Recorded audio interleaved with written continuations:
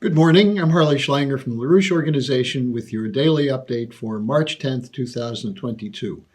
Today we're going to be looking at the fact that the narrative for the war and economic warfare against Russia, the justification of it is breaking down. It's coming apart. And one example of this is the effect of the economic warfare against Russia. Is it backfiring against the people who are pushing it? That is the United States and Western Europe. Now, Biden has been a cheerleader for economic warfare. He bragged at the State of the Union address that we're being tough, we're going to crush the Russian economy. Anthony Blinken has been touring the world talking about the great tools we have to force Russia to abide by the rules-based order. And what there's discussion of is the collapse of the Russian banks, the collapse of the ruble, that this is going to breed tremendous discontent within Russia, and this is something which is good. In other words, confirming the Russian belief that this whole Ukraine crisis is a justification for regime change in Russia.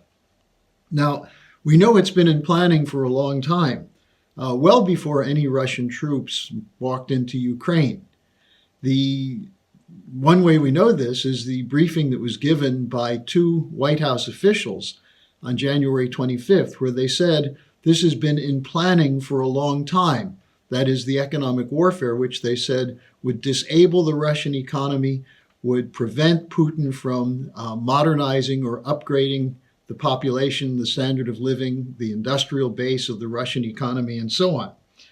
And there's been full support in the Congress for this, as though this kind of destruction, which is typical, by the way, of sanctions, where you destroy a nation's ability to provide for food, jobs, security for its population, and carry out actions that lead to mass death.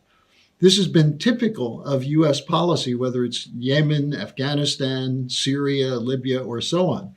But now they're doing it against Russia, the world's second largest or largest nuclear power. So you have to ask yourself, do they know what they're doing? Now, the Congress, just in the budget that they passed yesterday, they took out $15 billion for COVID relief and added $14 billion for aid to Ukraine. So the Congress is all in on this. Now, the question is, why are they doing this? And we've been talking about this quite a bit. But one of the great fears that's driving this whole anti-Russian and anti-China rhetoric and action is the emergence of a Russia-China economic alliance. And this is an example of two sovereign nations looking for a way out of the systemic collapse of the present world order. There are other countries that want out of this also, that don't accept the Green New Deal, don't accept the Great Reset. But Russia and China are two of the most powerful nations which can actually act to protect their populations from the insane policies being imposed by the Davos crowd, the Western elites, the City of London financial oligarchs, and others. Now, the Financial Times had an article yesterday. What does the Russia-China alliance mean? And they say it looks as though they could be moving to set up an alternative financial system. Well, of course, if you collapse this financial system, any sane leader is going to look for an alternative. And we see that throughout the world, not just from Russia and China. The Eurasian Integration Project, built around the Belt and Road Initiative of China, cooperation in energy, transportation, and other areas, is something which is quite viable, and it's something that's gaining a lot of support from many smaller nations. But they're also looking at China and seeing the emergence in China of a modern economic superpower, not deployed against other countries, but committed to improving the standard of living of its own population. The fear is that this Eurasian integration project would extend westward and bring Europe in, and this would break the power of the City of London and Wall Street to impose a global central bankers dictatorship called the Great Reset, to protect the debt-ridden, collapsing financial system of the transatlantic region by expanding the looting of poorer countries. No country wants that. And now if they see an alternative, they'll move away from it. So the question of, is economic warfare against Russia backfiring? Let's begin with a few questions. There's already hyperinflation in the West. It's caused by quantitative easing and refusal to write down debt, not by anything Russia did. There's already energy shortages. This is not based on anything Russia did recently. It's based on the Green New Deal and the policies to eliminate fossil fuels and other so-called carbon energy sources. There are food shortages coming based on the same failed and incompetent policies of the Western world. Now, here are the questions. Are you willing to pay $10 or more per gallon of gasoline? Are you prepared for blackouts? Are you prepared for food shortages? Because these will all occur as a result of U.S. policies and Western policies, not just toward Russia, but toward their own populations. Now, there are expressions of worry coming out about this. I'll just cite one in particular, an article by Julia Friedlander on March 8th in Politico. She's a former sanctions expert who served in the Obama and Trump administration. She wrote an article, "The West has declared financial war on Russia. Is it prepared for the consequences?" And she concludes that economic warfare against Russia is, quote, "a high-stakes gamble," unquote, worrying about the possible effect of defaults on Russian bonds. Quote, "debt contagion could pop up in unforeseen places," unquote, as, quote, "collateral damage." Now, we're seeing this already. Fitch Rating Services downgraded Russia's sovereign debt yesterday to its lowest level, a C level, which means default is imminent. This increased the cost for credit default swaps, which are basically insurance in case the financial instruments being held by investors collapse, which means you have to pay more. There will be margin calls. There'll be an increase in debt and a demand for more quantitative easing, which only increases the overall debt, which is already unsustainable. So we're seeing a financial system that's weak, that's being collapsed by the decision to go all out with economic warfare against Russia. Now, let me just take up two other examples of the collapse of the narrative, the breakdown of the transatlantic narrative against Russia. First was testimony yesterday in the Senate Foreign Relations Committee by State Department official and leading advocate of Ukraine's war against Russia, Victoria Nuland. Nuland was testifying, and she was asked by Marco Rubio, the lightweight senator from Florida, does Ukraine have chemical or biological weapons?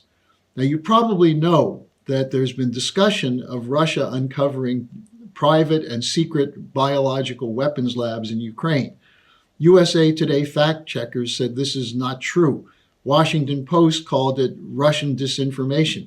So what did Nuland say under oath? She said, well, yes, there are bioweapons labs, but these are defensive. And the real danger is if Russia gets a hold of them. Well, wait a second. You've been denying that they exist. Now you're admitting that they exist. The Russians were worried that these weapon labs were being prepared for attacks on Russia. Now, the denials continued. Kirby, the Defense Department spokesman, said there's no way we have biological weapons labs. But it was confirmed by the Deputy Secretary of State, Nuland, that there are these labs. So once again, we're seeing the lies coming from the people who are supporting the war against Russia.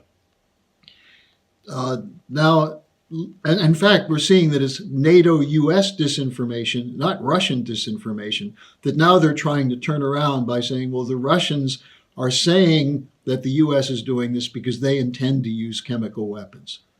That's the kind of sophistry we've seen coming out of the Integrity Initiative from the United Kingdom for a long time. Now, secondly, Konashenkov, the spokesman for the Russian Defense Ministry, yesterday released documents from a Ukrainian laptop which were from the commander of Ukraine's National Guard, a January 22nd order for preparation for an invasion in the Donbass, a full-fledged military assault into the Lugansk and Donetsk area, which Putin proclaimed to be independent republics. Now, you remember when Putin did this, he said it's because they're threatened by the Ukrainian government and army and special forces. And everyone said, this is Putin's paranoia, this is a justification for an invasion. Well, now it turns out the Ukrainian National Guard was preparing for sometime in March for an all-out assault against the Russian, the defense forces set up in Lugansk and Donetsk to protect the population there. So instead of living up to the Minsk agreements to negotiate with the leaders, the political leaders and the military leaders in those two independent republics, the Ukrainian government was preparing to go in and crush them. So here we see the complete unraveling of the narrative.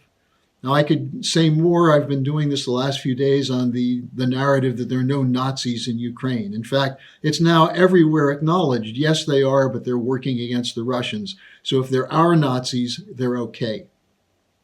I think it's time that we recognize that the West is using a situation that they've created that led to a Russian move into Ukraine.